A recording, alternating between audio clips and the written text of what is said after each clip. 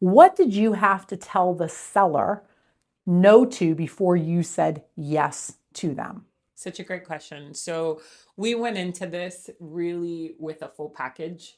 We had studied the market, we had created this marketing campaign, and we wanted to make sure that the rollout was going to be step by step what we had planned.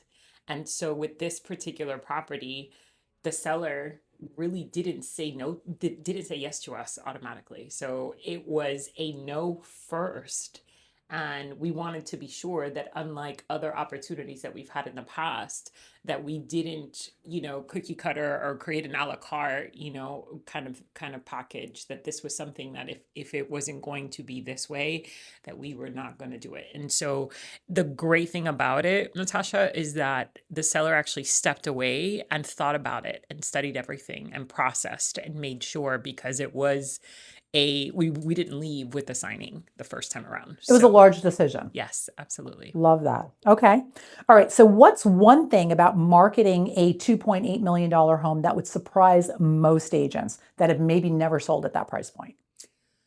So when we approached marketing it, we wanted to make sure that it wasn't, the sellers of this property, first of all, don't want an open house, right? A lot of price points of this nature, don't want a random stranger walking through A it, public right? open. So a public open. So you have the ability to kind of take a few steps back and think through all of those things before even targeting the listing. And what we realized is that we wanted to do an unveiling, right? We wanted to unveil it to brokers. We wanted to market to individuals, not only on the MLS per se, right, but off, right? Sure. And start digging into the feeder markets even, which is what we're in the process of doing now. All right, I love that. Most agents look at luxury real estate, and that what we see, the consumer and the agent sees the glamour on the front end. All right, so John, walk us through what the first 72 hours looks like when taking a listing like this. Is it all glamorous? Not all glamorous. For us, it was a tight timeline as well. So we knew we didn't want to. We had our set date already for our unveiling of the property.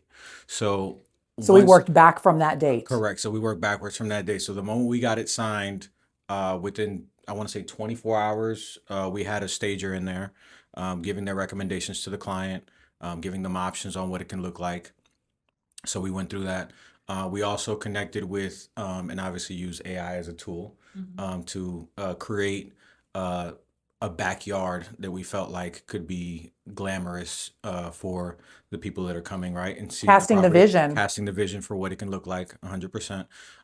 We got into scheduling our videographer, photographer, working through setting up everything for our unveiling. It was a catered unveiling.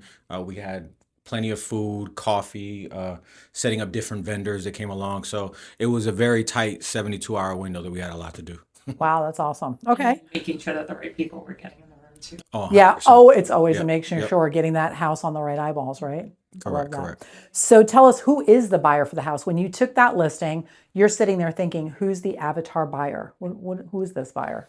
I think it can be a couple different people. I think definitely people relocating, right, from California. I think that for us right now, that's something that we're looking into targeting as well. It could be a professional athlete. Courthouse is close to the house. I mean, close to the house itself, so it could be somebody in the legal world. But definitely a family. I feel like obviously with the space in the home and the entertainment space. I see it being somebody within that field, but a family. Love that. Plenty of parking, Plenty of parking. Yep. no HOA, no restrictions. Yep. And it's Short of an acre. Yep. sly of an acre, more than a builder's acre, small than a full acre. Yep. Love Yep. that. Yep. Okay. So what's one piece of advice you would give an agent who'd like to break into a higher price point?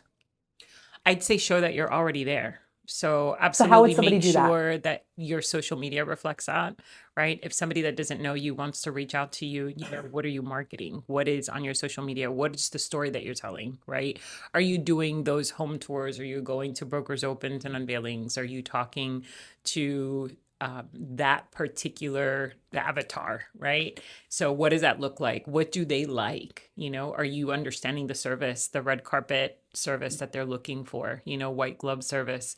When I think about the higher name brands and how they make you feel, right? Are you really like highlighting that through your service options on your social media. Because if it's somebody that doesn't know you, right, and that they find you or that they see a share that you have, one of your home tours goes viral or is shared by someone, and one of their people sees it, when they reach out to you, what is the story that you're telling? Are you already in luxury, or are you still just highlighting the smaller price points, which is nothing wrong with it, right? But what is the story your Instagram is telling? I think the other thing too is, if you don't mind, the other thing too is we forget that these people are human. Like, they want the same thing that anybody else wants. So like door knocking, like touching communities, touching people, touching your your sphere of influence, and just trying to tap into that. And eventually, these listings will pop out. Love that opportunity. And it's just like you both said, it's the service, right? They're looking for service. All right, final question. The online automation valuation services that are out there, friend or foe in this property? I would say faux in this property. Faux in this property. I mean, we know that like actual, because it's not what we had. We actually got an appraisal done on this property. So And that came in overpriced. and that came in Over asking. over asking right now. So we know that it's a faux in this specific case. I think it's important that the consumer that might be listening to this understand why. The property that was originally on this lot was torn down and a new home was built. From scratch. Those automations don't know that. 100%. 100%. Awesome. Thank you for educating everybody. Team, thank you again. Congratulations. And we're Thank waiting, you. looking forward to We'll the talk again when selling. we sell it. Exactly.